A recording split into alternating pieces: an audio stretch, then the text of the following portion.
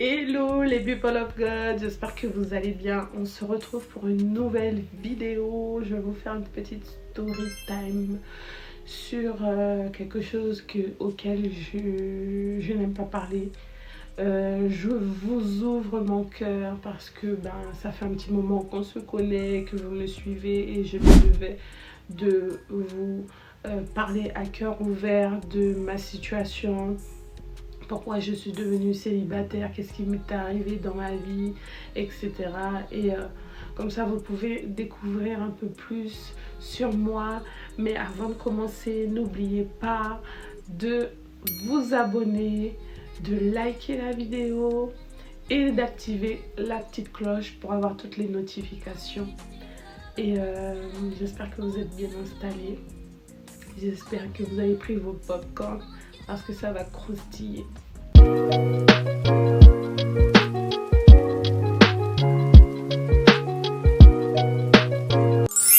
Alors avant de commencer, je sais pas par quoi commencer parce que c'est assez délicat et c'est quelque chose que voilà je voulais garder pour moi parce que j'estimais que ça vient du domaine personnel. Mais on est une communauté, on est une famille et je voulais aussi que vous puissiez partager mes bons comme mes mauvais moments. Donc vous avez pu le voir, je suis pas très maquillée, je suis pas maquillée même du tout. Je suis restée au naturel, j'ai juste mis un petit gloss et puis voilà. Donc j'espère que vous êtes bien installés, je vais pouvoir commencer, je vais pouvoir vous expliquer plus en détail ce que j'ai vécu par le passé, pourquoi je suis célibataire à l'heure actuelle et que j'ai 2 enfants de pères différents. Alors pour commencer, il faut savoir que le père de ma première fille, je l'ai rencontré lorsque j'étais étudiante, j'étais au lycée, j'étais en première. Je passais mon bac de français à l'époque. À cette époque, j'avais pas eu... en tout cas, j'avais pas vraiment eu de relation ou même de petits copains, on va dire officiels, avec qui j'ai eu des rapports sexuels. Mais souvent, mes copines parlaient de ça, qu'elles étaient déjà passées à l'acte, etc. Et j'étais la seule dans la bande en fait qui n'avait jamais eu de rapport sexuel. Alors il faut savoir que j'étais quelqu'un de très réservé, très pudique, voilà, j'avais peur parce que pour moi c'était l'inconnu, je savais pas trop c'était quoi la sensation et même pour avoir pu regarder, parce que quand on est jeune on a tendance à aller regarder par curiosité les films porno sur internet, etc. Ça me faisait peur en tout cas, ça me faisait peur, j'avais peur. Donc voilà. Et un jour, j'ai rencontré le père de ma fille et pour préserver son anonymat, je ne veux pas dire son identité, je ne veux pas dire le nom de cette personne, mais c'est pour vous dire que j'étais vraiment amoureuse, j'avais eu le coup de foudre pour cette personne. Et mais il y a eu beaucoup d'histoires, il y a eu vraiment beaucoup d'histoires. Alors pour vous raconter un tout petit peu, moi je suis d'origine haïtienne, mes parents sont haïtiens, mais je suis née en Guyane, j'ai grandi en Guyane, j'ai fait mes études là-bas, etc. jusqu'au bac. Et ensuite je suis partie en métropole. Et le père de ma première fille, lui, il est georgetonien, il est de la Guyane anglaise. Et en fait, il est arrivé, voilà, c'est...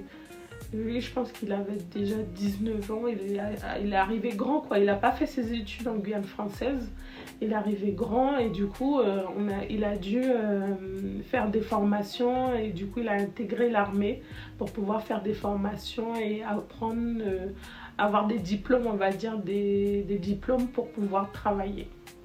Donc voilà un peu la présentation. Quand on s'est rencontrés, on se cachait parce que moi j'avais des parents très stricts, comme je vous dis, strict, je pouvais pas sortir comme ça si c'était pas avec des copines que mes parents connaissaient. Je pouvais pas faire quoi que ce soit si j'avais pas au préalable fait le ménage à la maison, les tâches ménagères, etc. Vraiment c'était compliqué si j'avais pas fait mes devoirs et tout. C'était vraiment compliqué de sortir, il fallait vraiment une bonne excuse pour pouvoir sortir. Et du coup on se voyait en cachette. Et je sais qu'à l'époque, je faisais du handball comme activité. Et j'avais ce prétexte-là pour pouvoir le voir. Donc on essayait de se voir le maximum possible lorsque j'avais des entraînements, lorsque j'avais des matchs et tout. Et c'est à ce moment-là qu'on passait du temps ensemble.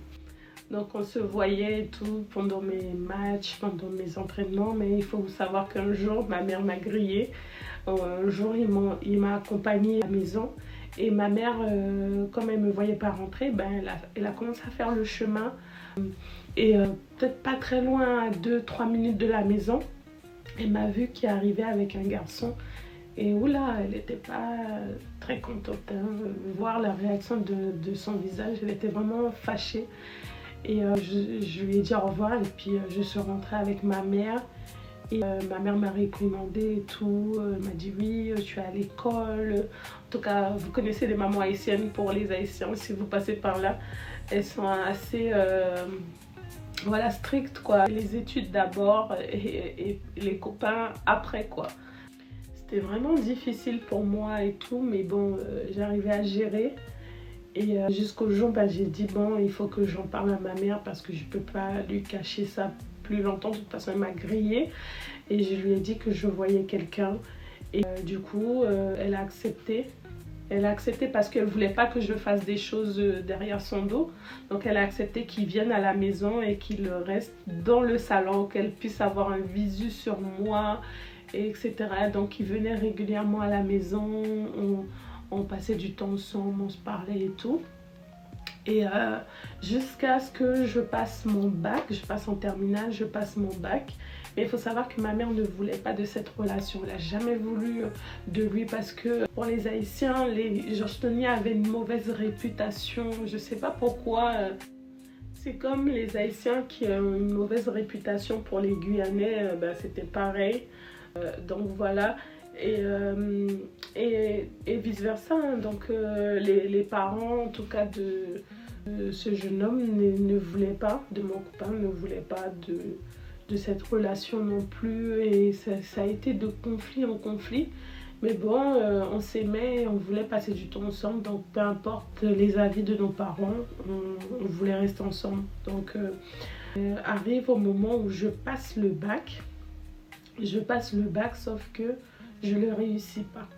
Je ne le réussis pas. Et là, c'était vraiment comme si le monde me tombait sur la tête parce que ma mère voulait que je fasse mes études. Donc, le fait que je ne réussisse pas, c'était à cause de la relation avec ce garçon. Donc, elle s'est dit, si c'est ça, parce que en tout cas pour les Haïtiens, si tu réussis pas, c'est à cause des garçons, c'est parce que tu es allé dans les garçons et tout, bon, c'est ce qu'ils disent, etc., que tu n'étais pas concentré sur tes études, tout ça. Donc c'était un peu aussi la honte pour eux, donc ils se sont dit, comme tu vas continuer tes études en métropole, donc autant que tu partes là-bas et que tu repasses ton bac en métropole et que tu poursuives tes études.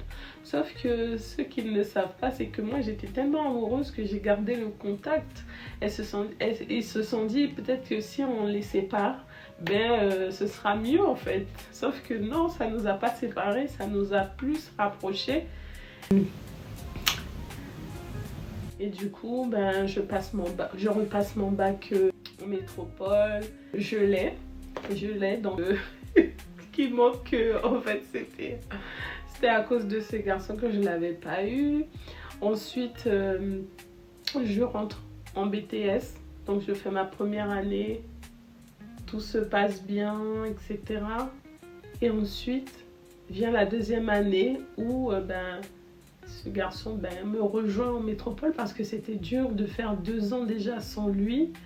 Et du coup, il vient, et à cette époque-là, je le cachais en fait dans ma chambre universitaire parce que j'avais pas d'endroit. En fait, il n'avait pas d'endroit où aller, et Et je l'avais un peu comme forcé à venir parce que ben, la distance, c'était trop en fait pour nous. C'était vraiment trop, donc c'était vraiment trop. Donc du coup, il dormait dans ma chambre jusqu'à ce qu'il trouve quelque chose. Donc il faisait des formations et tout. Il avait même trouvé une formation dans un truc dans une entreprise de chauffage. Et ça le plaisait et tout. Et même ils avaient l'intention de le garder. Et à ce moment-là, ben, je suis tombée enceinte pendant ma deuxième année de BTS. Et là, ça a été encore comme si le monde me tombait sur la tête parce que je devais partir en vacances en Guyane. Et c'est là que j'ai appris en fait que j'attendais un bébé. Je suis allée voir le médecin traitant de la famille et il l'a annoncé. Et il a dit à ma mère en fait que voilà, j'attendais un bébé et tout. Et c'était vraiment... Mais là c'était le drame de trop parce que non seulement il vient me rejoindre, elle est au courant. Et là je tombe enceinte. Et je lui annonce qu'elle va devenir grand-mère. Donc, waouh, j'ai pas fini mes études. Encore une autre catastrophe. Elle pensait me séparer de lui. Et il vient me retrouver. Et là, ma mère tombe des nues, en fait. Elle comprend pas et tout. Et pendant des mois, elle m'a pas parlé. J'ai très mal vécu ma grossesse. Pendant des mois, j'ai pleuré et tout parce que ben, ma mère ne me parlait plus en fait. J'avais plus aucun contact avec elle et tout. Elle était vraiment fâchée jusqu'à ce qu'elle prenne conscience en fait que ben, c'est important de donner la vie et tout et que je pouvais pas en fait enlever cet enfant. Il était inconcevable de l'enlever. Donc pour aller un peu plus vite, donc voilà, j'étais enceinte, j'ai très mal vécu ma grossesse, etc. Ma mère m'a pas parlé pendant des mois, mais finalement elle a fini par me parler. Et elle a même accepté de venir en France pour m'aider pour mon premier enfant, parce que c'était mon premier enfant, pour m'aider à faire donner le biberon, donner le sein. Prendre soin d'un bébé, d'un nourrisson quoi, parce que bah, c'était une première pour moi et j'avais besoin aussi de ma mère à mes côtés, donc elle est venue et tout, elle m'a aidée et elle a fini par accepter cette relation. Mais il s'est passé des années après, 3 ans après, que j'ai appris qu'il me trompait. Et là, moi-même je suis... Donc j'ai appris qu'il me trompait et tout. En fait, ce qui s'est passé, c'est qu'il est parti dans un soi-disant voyage d'affaires pour le travail et tout. Il est parti sur une ville en France. Je ne vais pas vous dire la ville. Il est parti dans une ville en France. Et lorsqu'il est parti là-bas, je trouvais ça chelou qu'il parte avec sa PlayStation, il parte avec des affaires quoi. Pour plusieurs jours alors que c'était censé être pour le travail et ça ne devait pas durer longtemps en fait. Et à l'époque, on hébergeait sa mère était chez nous et tout. J'apprends le jour de la Saint-Valentin sur Facebook, parce qu'à cette époque c'est le réseau social qu'on utilisait, qu'une femme avait posté un message. Pour vous remettre dans le contexte, c'est qu'à cette époque, j'étais pas encore en Christ. Hein. C'est vraiment, j'étais pas encore en Christ. Et cette femme qui avait posté le message sur Facebook, je la connaissais ni d'Adam ni d'Ève parce qu'on n'habitait pas du tout dans la même ville. Moi, j'étais sur Paris et elle était dans cette ville où il est parti la rejoindre. Et apparemment, leur relation a été durait depuis longtemps puisque du jour au lendemain, quand je l'ai su, lorsque je l'ai appris, il a décidé de quitter la maison en fait, alors que sa mère était chez nous. Et du coup, j'étais tellement énervée parce que j'avais pas d'explication, je ne comprenais pas. Du jour au lendemain, tu me quittes pour une nana que tu connais à peine.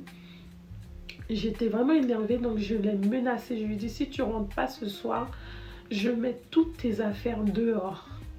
Donc de là où il était, il a pris la route, je sais pas combien il a roulé, à quelle vitesse, franchement je sais pas, mais il a pris même, et il est arrivé rapidement sur Paris, il est arrivé rapidement à la maison. Et là, il a commencé à me menacer par rapport à l'appartement, alors que l'appartement était à nos deux noms, que voilà, que je pouvais pas le mettre dehors, etc.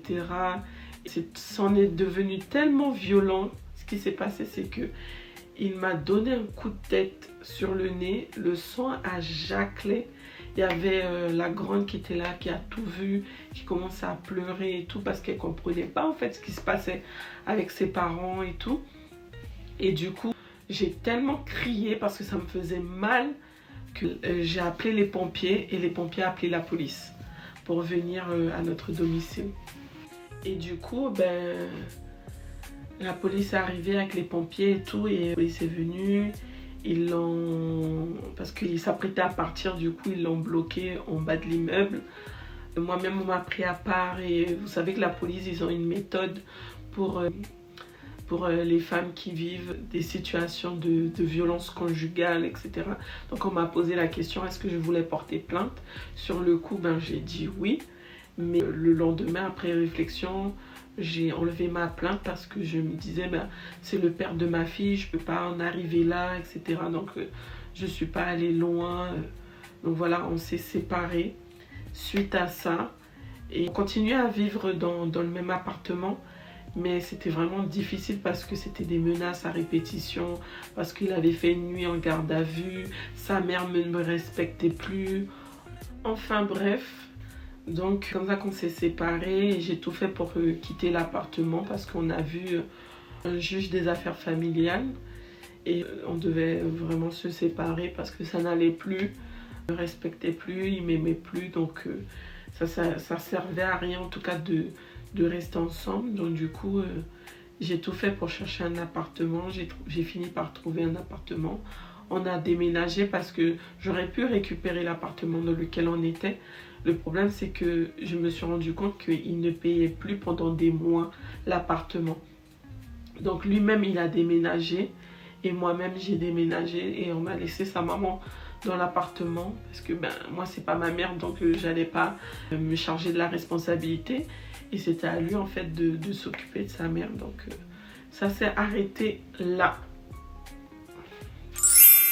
Donc voilà, après j'ai refait ma vie avec ma fille, elle a grandi. Et lorsqu'elle a eu 10 ans, j'ai décidé de... Donc rappelez-vous, hein, on s'est quitté avec son père, elle avait 3 ans. Et j'ai refait ma vie.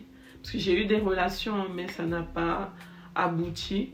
Mais ma fille, elle a eu 10 ans, donc j'ai eu mes 30 ans. Je me suis dit, bon, là, franchement, il est temps que je me pose concrètement et que je fasse quelque chose de stable. Donc voilà, avec quelqu'un de sérieux, etc. Et je rencontre à un anniversaire quelqu'un que je pensais être quelqu'un de sérieux parce que c'était quelqu'un qui allait à l'église, qui était en Christ, etc. Et il semblait être vraiment quelqu'un qui pouvait être un bon exemple, un bon modèle. Il semblait vraiment être un bon modèle, un bon exemple paternel pour ma fille, etc. Et je pensais que ça aurait été sérieux. Donc on a commencé à se fréquenter et tout. Et à cette époque, ma mère était chez moi parce qu'il s'est passé beaucoup de choses entre temps. Ma mère a appris qu'elle avait un cancer du sein. Du coup, elle faisait des allers-retours entre la Guyane et la métropole pour faire des soins, etc. Et quand j'ai rencontré ce fameux jeune homme, je pensais vraiment faire quelque chose de sérieux parce que il avait une bonne situation, il avait un appartement avec 2 chambres, donc je me voyais déjà là-bas. Il avait un travail stable, un CDI, et il allait à l'église, donc il servait à l'église, etc. Donc voilà, c'était vraiment l'homme idéal, l'homme avec qui j'aurais pu faire ma vie. Sauf qu'il s'est passé. Donc on s'est rencontrés peu de temps avant mon anniversaire de mes 30 ans. Ça se passait bien, on se voyait de temps en temps. Bon, c'était pas vraiment mon style parce que il n'était pas grand, il n'était pas, voilà. mais il était classe, voilà. Donc j'ai pas regardé à ça parce que je me suis dit, si je regarde à chaque fois à certains critères, je vais jamais refaire ma vie avec quelqu'un.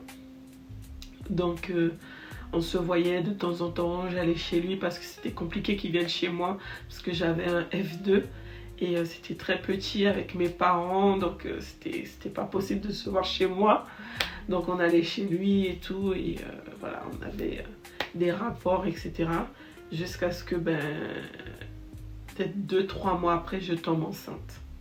Et vous savez, le fait que j'allais de relation, d'échec en échec dans mes relations, etc., c'était vraiment compliqué pour moi parce que je me disais, mais est-ce que c'est moi qui ai un problème? Pourquoi j'arrive pas à avoir quelqu'un dans ma vie et tout? Et quand je le rencontre lui, je me suis dit, oh là là, peut-être c'est Dieu qui me l'a envoyé, c'était le bon moment et tout. Et lorsque je tombe enceinte, je suis contente parce que je me suis dit, voilà, j'ai tout gagné et tout. Maintenant, je vais avoir un enfant avec quelqu'un, on va pouvoir se poser et tout. Sauf que ça s'est pas passé comme ça. Ça s'est pas passé comme ça. Lorsque je l'ai annoncé que ma grossesse, un monsieur a réagi d'une manière dans laquelle je ne m'attendais pas en fait. Sa réaction, en fait, j'ai pas compris. J'ai pas compris. Alors, pour vous raconter bien, tout d'abord, il m'a dit que oui, il pouvait pas avoir d'enfant. J'ai dit, c'est pas possible parce que si tu peux pas avoir d'enfant, comment je peux être enceinte? Ensuite, il me dit, l'enfant n'est pas de moi. Je dis, mais comment ça, il n'est pas de toi? En fait, tu me prends pour une prostituée, en fait. Et à chaque fois, il me trouvait des excuses et tout. Non, tu peux pas le garder, tu dois avorter, attends 2-3 ans et on pourra refaire un enfant, etc. Plus il me donnait des excuses, plus il disait des choses et plus...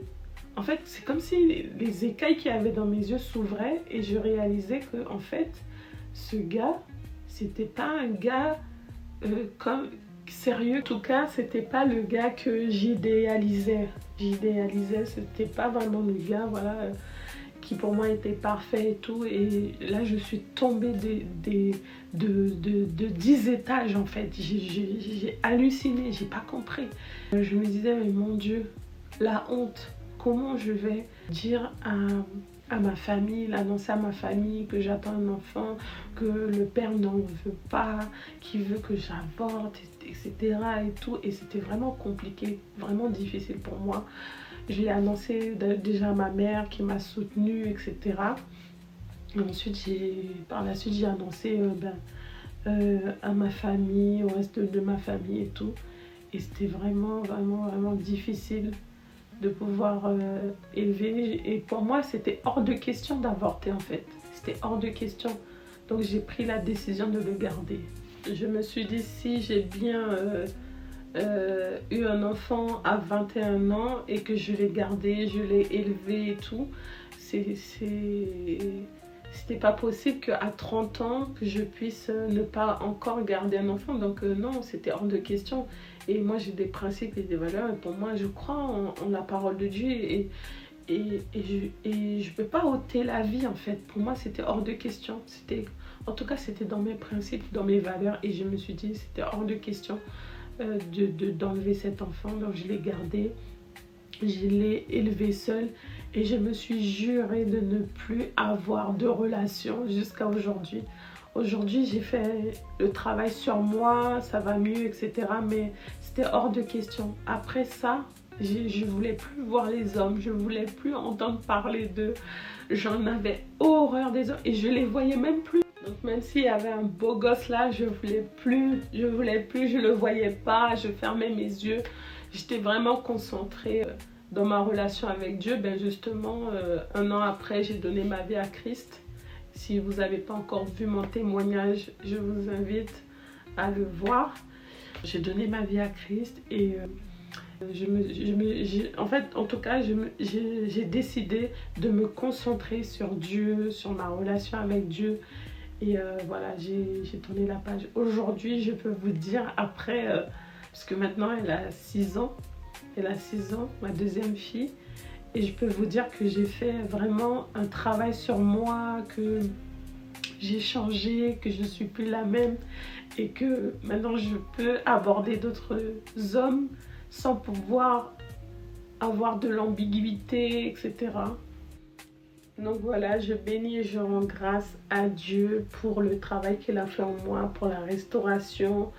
En tout cas, je veux repartir de l'avant et je crois en mon mariage cette année au nom de Jésus. Et j'aimerais aussi pouvoir avoir vos témoignages, si vous avez vécu des choses comme ça, si vous êtes maman solo, si vous avez 2 enfants ou plusieurs enfants de pères différents. N'hésitez pas à le dire, j'aimerais bien lire vos témoignages et peut-être vous apporter les réconforts. Si moi-même j'ai pu me relever, vous aussi vous pouvez vous relever. Vous êtes des femmes battantes, vous êtes des femmes fortes.